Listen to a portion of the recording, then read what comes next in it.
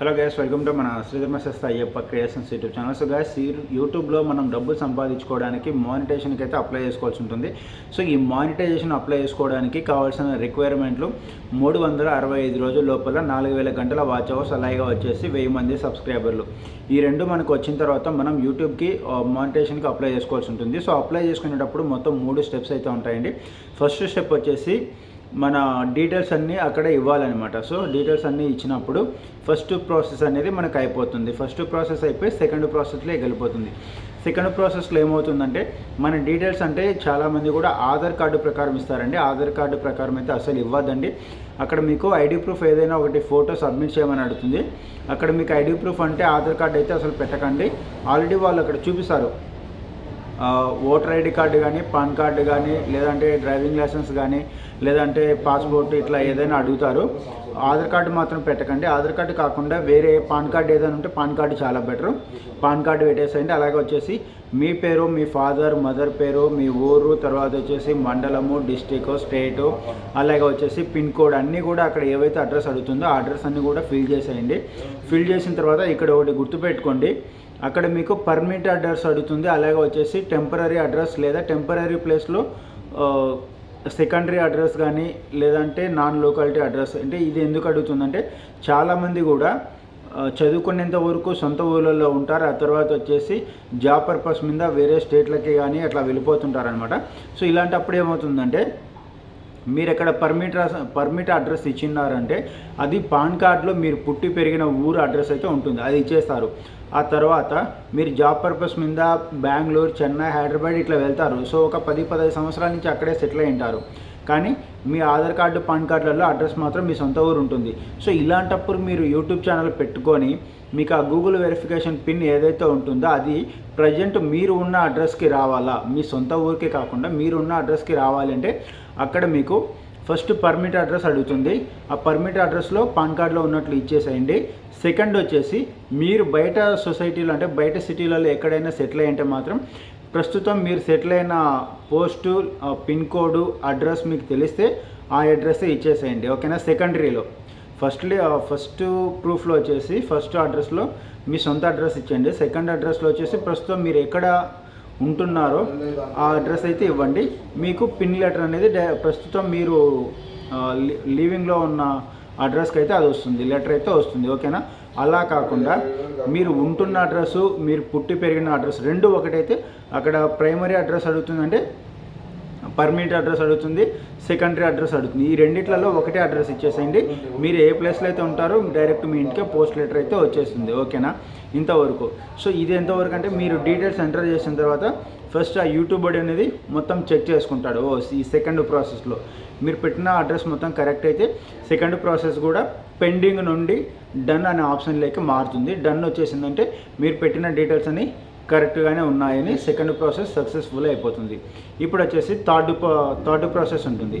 ఈ థర్డ్ ప్రాసెస్లో పెండింగ్ అని పడుతుంది. ఇది ఎందుకు పడుతుందంటే, ఇక్కడ మీరు యూట్యూబ్లో వీడియోస్ అయితే పెట్టింటారు కదా, ఆ వీడియోస్ అనేటివి ప్రాపర్గా మీరే తీసారా, లేకపోతే వేరే వాళ్ళ సాంగ్స్ కానీ, షార్ట్స్ కానీ, వేరే వాళ్ళ వీడియోస్ కానీ మీరు మీ ఛానల్లో ఏమైనా వాడుకున్నారా అని యూట్యూబ్ వాడు చెక్ చేస్తాడనమాట.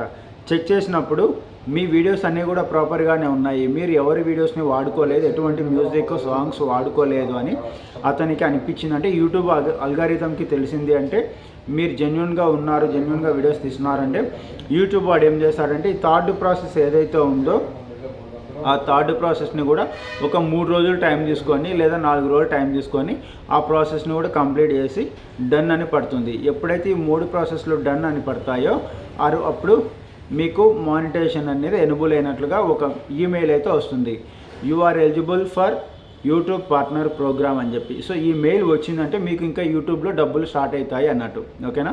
ఫస్ట్ ప్రాసెస్ మీరు డీటెయిల్స్ ఇవ్వాలి. సెకండ్ ప్రాసెస్ మీరు ఇచ్చిన డీటెయిల్స్ కరెక్టా కాదని చెక్ చేస్తుంది. సో థర్డ్ ప్రాసెస్ వచ్చేసి మీ యూట్యూబ్ వీడియోస్ అనేది చెక్ చేస్తుంది.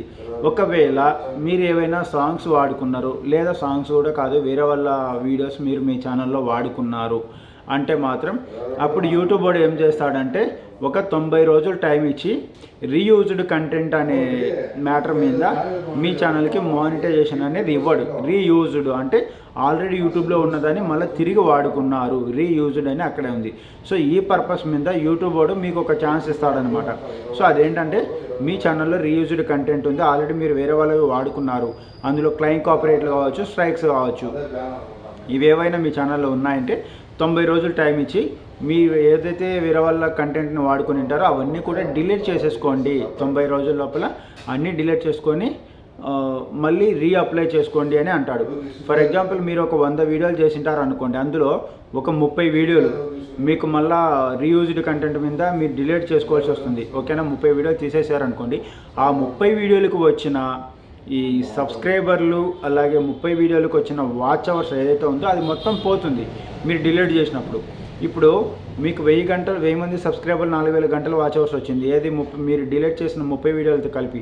ఇప్పుడు ఆ 30 వీడియోలు పోయినాయి అనుకోండి, మీ ఛానల్ నుంచి మీరు తీసేసిండ్రు రీయూజ్డ్ కంటెంట్ ద్వారా, అప్పుడు 30 వీడియోలకు వచ్చిన వాచ్ అవర్స్ కూడా పోతుంది కదా. 4000 గంటలు రీచ్ అయ్యారు, కానీ ఆ 30 వీడియోలు తీసేసినప్పుడు మీకు ఆ 4000 గంటలు అనేది మళ్ళీ తగ్గుతుంది, ఎందుకంటే వీడియోలు డిలీట్ చేశారు కాబట్టి. సో వాడిచ్చిన 90 రోజుల టైం కల్లా మీకు ఏదైతే వాచ్ అవర్స్ పోయి ఉంటుందో దాన్ని మళ్ళీ తిరిగి తెచ్చుకొని వాడిచ్చిన 90 రోజుల తర్వాత మళ్ళీ మీరు రీఅప్లై చేసుకునే టైంకి మీకు మళ్ళీ 4000 గంటల వాచ్ అవర్స్ 1000 మంది సబ్స్క్రైబర్లు వచ్చిండాలి.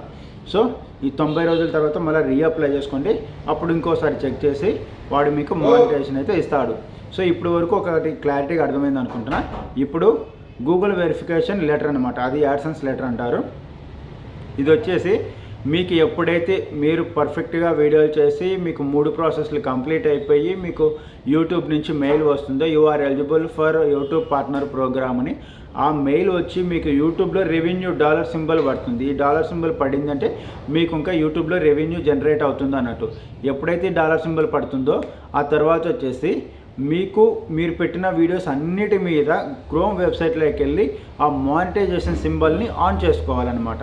సో ఇట్లా మీరు ఇప్పటి వరకు ఎన్ని వీడియోస్ అయితే పెట్టింటారో అన్ని వీడియోస్కి మానిటైజేషన్ ఆన్ చేసుకున్న తర్వాత అప్పటి నుంచి ఎవరైతే మీ వీడియోస్ చూస్తుంటారో పర్టికులర్ ఒక్కొక్క వీడియోకి మీకు మనీ అనేది జనరేట్ అవుతూ ఉంటుంది. సో ఇట్లా ఆ మనీ మొత్తం ఒక $10 మీ యాడ్సెన్స్ అకౌంట్లో ఎప్పుడైతే వస్తాయో ఆ $10 వచ్చిన తర్వాత మీకు గూగుల్ వెరిఫికేషన్ లెటర్ అనేది ఇంటికి పోస్ట్ చేస్తారు. $10 అయిన తర్వాత మాత్రమే వాళ్ళు మీకు సెండ్ చేస్తారు.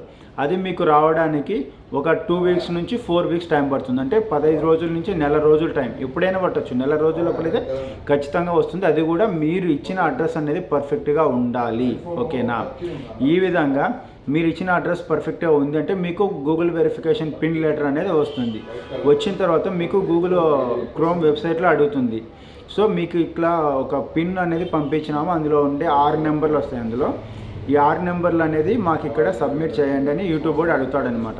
సో ఆ పిన్ ఏ విధంగా ఉంటుందంటే ఒక లెటర్ టైప్. ఇంతకుముందు మనకు పాతకాలంలో మనము బ్యాంకులలో ఏటీఎంకి అప్లై చేసుకున్నప్పుడు ఏటీఎం వాడు ఒక లెటర్ ఇచ్చి ఆ లెటర్ లోపల ఏటీఎంని పెట్టేస్తాడు. సో మనం ఆ ఏటీఎంని చింపేసినాం అనుకోండి, అప్పుడు ఏమవుతుంది అంటే ఏటీఎం మనకి ఇంటికి వస్తుంది. ఏటీఎంకి సంబంధించిన పిన్ నెంబర్ అనేది ఒక లెటర్ లోపల వస్తుంది.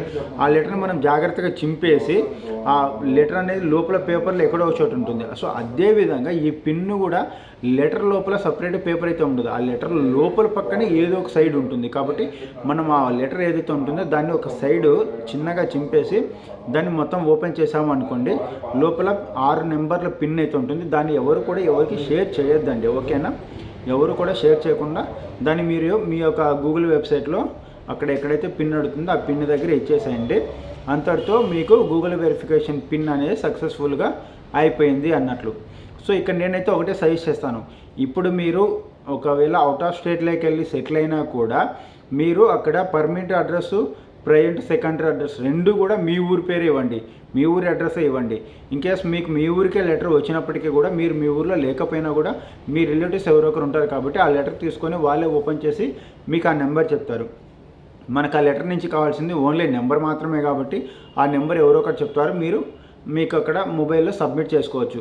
అలా కాకుండా మీరు పర్మనెంట్ అడ్రస్ ఒకటి ఇచ్చి సో ప్రస్తుతం మీరున్న అడ్రస్ ఇంకొకటి ఇచ్చారనుకోండి, అడ్రస్ కరెక్టో కాదో తెలియదు, ఒకవేళ ఉన్నా కూడా వాళ్ళు పర్ఫెక్ట్గా తెచ్చిస్తారో లేదో అన్నది కూడా తెలియదు. సో అందుకోసం మనకేంటంటే మన లోకల్ అడ్రస్ మనం పెట్టుకున్నాం అనుకోండి, పుట్టి పెరిగిన ఊరు అడ్రస్ పెట్టుకున్నామంటే అక్కడ మన ఊరు కాబట్టి మనకు చుట్టుపక్కల ఏరియాలో అందరూ తెలుసు. సో మన ఊరికి ఎవరైతే లెటర్లు తీసుకొని వస్తారో వాళ్ళకు మనకు పరిచయం ఉంటుంది కాబట్టి అంతో మనం వాళ్ళని అడగడానికి కూడా ఉంటుంది. సో మనం ప్రస్తుతం ఎక్కడో అవుట్ ఆఫ్ సిటీలో ఉంటే అక్కడ ఎవరిని అడగలేం కదా. సో అందుకోసం చెప్తున్నాను, నా సజెషన్ అయితే పర్మిట్ అడ్రస్, సెకండరీ అడ్రస్ రెండు కూడా ఒకటే ఇచ్చేసేయండి, ప్రాబ్లం ఏమి ఉండదు. ఓకేనా. సో ఈ విధంగా మనకి గూగుల్ వెరిఫికేషన్ పిన్ ప్రాసెస్ అయితే ఉంటుంది. ఈ పిన్ ప్రాసెస్ అనేది ఫస్ట్ ఒకసారి పంపిస్తారు. అది మీరు ఎంటర్ చేసినా ఒకవేళ చేయకపోయినా కూడా ఇన్కేస్ తప్పు చేశారు అంటే గూగుల్ వెరిఫికేషన్ పిన్ లెటర్ తప్పుగా ఎంటర్ చేశారనుకోండి, సెకండ్ ప్రాసెస్ అంటే మళ్ళీ రెండోసారి పంపిస్తారు. ఇన్కేస్ మీకు ఆ గూగుల్ వెరిఫికేషన్ లెటర్ ఏదైతే ఉందో అది మీకు రాకపోతే మీరు అడ్రస్ చేంజ్ చేసుకొని మళ్ళీ రీఅప్లై చేయండి. రీఅప్లై చేసినప్పుడు మళ్ళీ రెండోసారి వాడు పంపిస్తాడు. రెండోసారి కూడా మీకు రాలేదు అంటే మళ్ళీ మూడోసారి పంపిస్తాడు. వాడు మీకు 3 సార్లు మాత్రమే ఛాన్స్ ఇస్తాడు. 3 సార్లు లెటర్ పంపిస్తాడు. ఫస్ట్ రాకపోతే సెకండ్ కూడా మీకు లెటర్ అందకపోతే మూడోసారి పంపిస్తాడు. మూడోసారి కూడా మీకు లెటర్ అందలేదు లేదా పిన్ నెంబర్ పోయింది, కారణం ఏదైనా కానివ్వచ్చు, మీరు సబ్మిట్ చేయలేదంటే మీరు ఇంకా ఆ యూట్యూబ్ ఛానల్ మీద వదిలేసుకోవాల్సింది, అందులో నుంచి మీకు డబ్బులు అయితే రావు. ఓకేనా. సో ఇంతవరకు నేను చెప్పింది అర్థమైందని అనుకుంటున్నాను. వీడియో నచ్చితే లైక్ చేయండి. Thanks for watching. By by. జై హింద్ ఆల్.